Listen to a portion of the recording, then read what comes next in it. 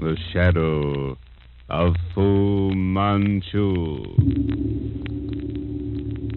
Based on the stories by Sax Rohmer.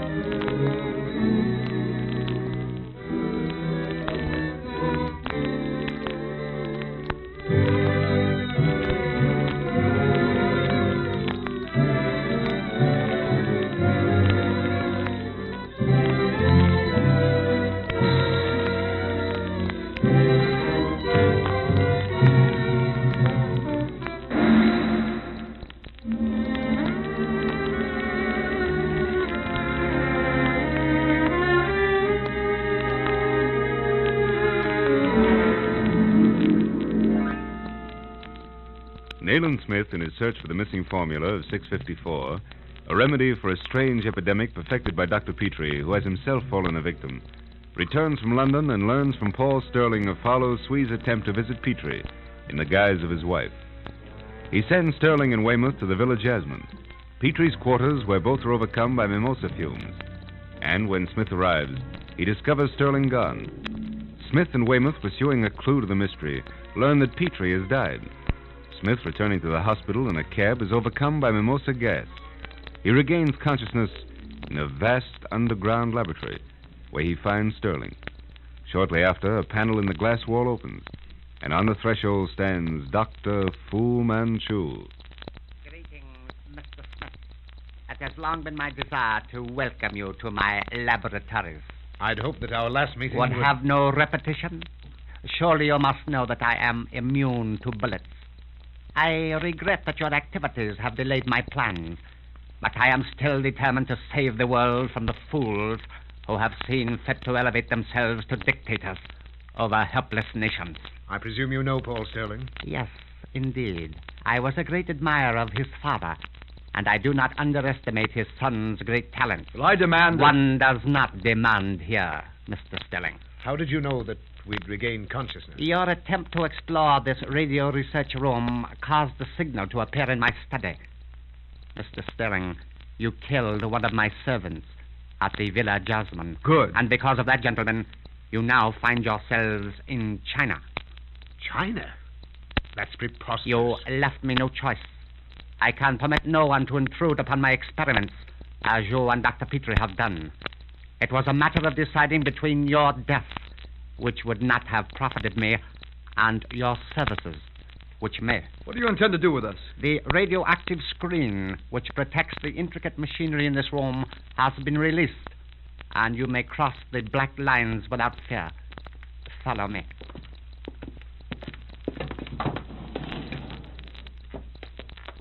Mr. Sterling, accept my assurance that no harm will come to you. That remains to be seen. Don't be a fool, Sterling. Follow me. No doubt, Mr. Smith, you will be interested to inspect my establishment, which I venture to say has no equal anywhere in the world. I admit I am curious, Doctor. If only to try to stop your fiendish activities through a better understanding. You forget that you will soon join my forces. And once the injection is made, there can be no escape. We come now to the botanical room.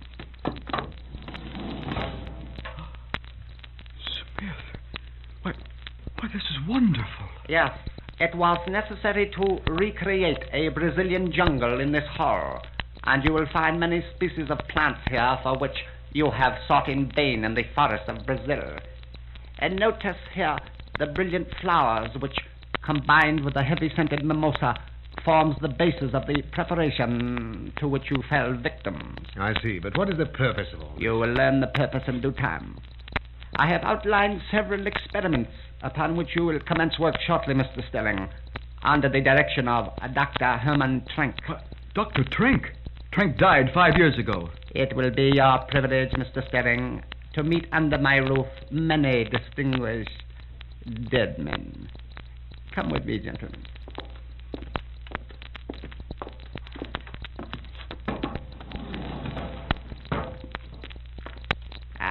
Dr. Trenck, allow me to introduce to you your new assistant, Paul Sterling, of whose work I know you've heard. Indeed, yes. It is a great pleasure to meet you, Mr. Sterling, and a great privilege to enjoy such assistance. Your recent work in Brazil is well known to me. Dr. Trenck, I don't know how to... If you will pardon me, I have something here under the microscope to which I must draw the master's attention. If you please, Doctor, this is very strange. Smith, look at the height of this place. Why, it's a botanist's paradise. Yes, I knew of these laboratories, but I'd give anything to know their exact location. He said we were in China. Quiet, Sterling. They're coming back. I do not think that you have yet completed the experiment, Doctor, but you are very near. It is probable that I am wrong, Dr. Fu Manchu. You must excuse me now, Dr. Trenck. I have promised Nayland Smith to show him the rest of our research room. Follow me, gentlemen.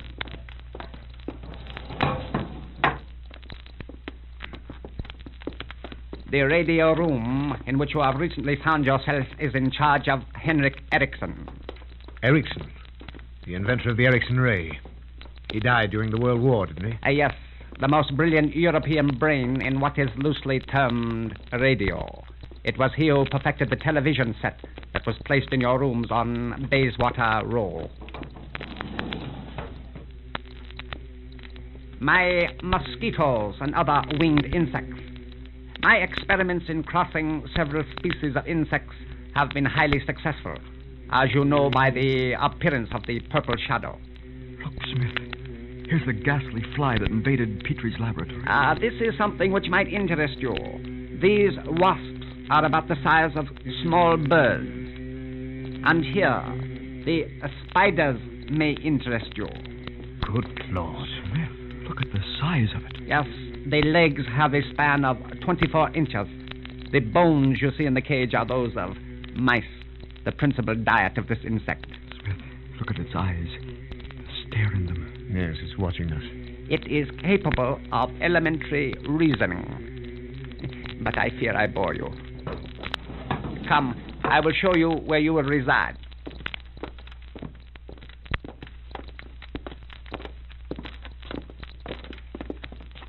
Permit me. This will be your apartment, Mr. Smith. I am looking forward to further conversation. For the present, however, I beg to be excused.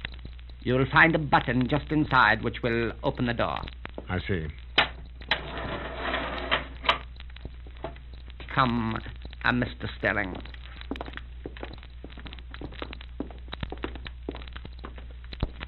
Here. Your rooms, temporarily. The alarm. Something has happened. Close the door if you value your life. I will call you presently. Close the door, Mr. Sterling. Close the door. Florette, where did you come from? Through the panel. Close the door, as he told you.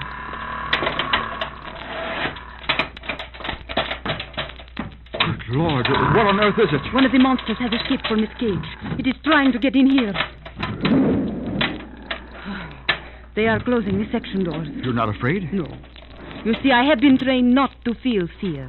But whenever I hear the alarm signal and the section doors lowered, I feel something like fear. I have lived among this sort of thing on and off as long as I can remember. You mean here? No. No, I have never been here before, but at the old palace in Hunan, the same system is used, and I have been there many times. You must travel a lot. Yes, I do. Always with a man whom you know as Mahdi Bey? No, but I am with him very often. You see, I have known him ever since I was quite tiny, long before I can even remember. He is very, very clever. No one in the world has ever been so kind to me. But what are you doing in the household of an Oriental? I am Oriental myself. You? Yes, I am Eurasian. But you're Asian, with violet eyes and hair like an Egyptian sunset. You see. You detect the East even in my hair. But you have only a slight accent. That is not unusual. There is not a known language in the world I do not speak. But why has all this been thrust upon you? I have been trained for a purpose. But, Florette, what purpose? There can only be one end to it. You're beautiful. And sooner or later, you'll fall in love with someone or other. There is no such thing as love, Paul Sterling. A woman can only serve. Whatever do you mean? You are new to it all. You will know tomorrow, or perhaps even tonight. Yes, but... I must go now. Listen. There. The section doors are being raised. The danger is over. Goodbye. But before you tell me why you're here and what's the purpose you are serving? I am destined to be the bride of Fu Manchu.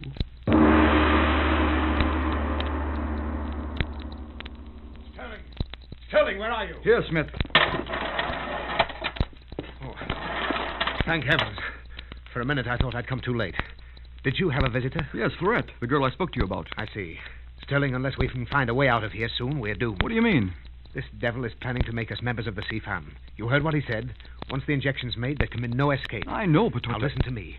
No doubt he will send for us very soon. Now, if we can do a bit of exploring, we may discover some means of escape. I'm afraid it'll be impossible. He must be very sure of himself if he's permitting us to go about at will. I know, but we must try. Sterling, I've been thinking of Petrie. Yes? I believe that telephone call which informed me of his death didn't come from Dr. Cartier. Do you mean that Petrie is still alive? I don't know, but I mean to find out if it's humanly possible. First, let's get out of here. Come on, Sterling. Wait, someone's coming. We're too late. This is our summons. Gentlemen. Follow Swee.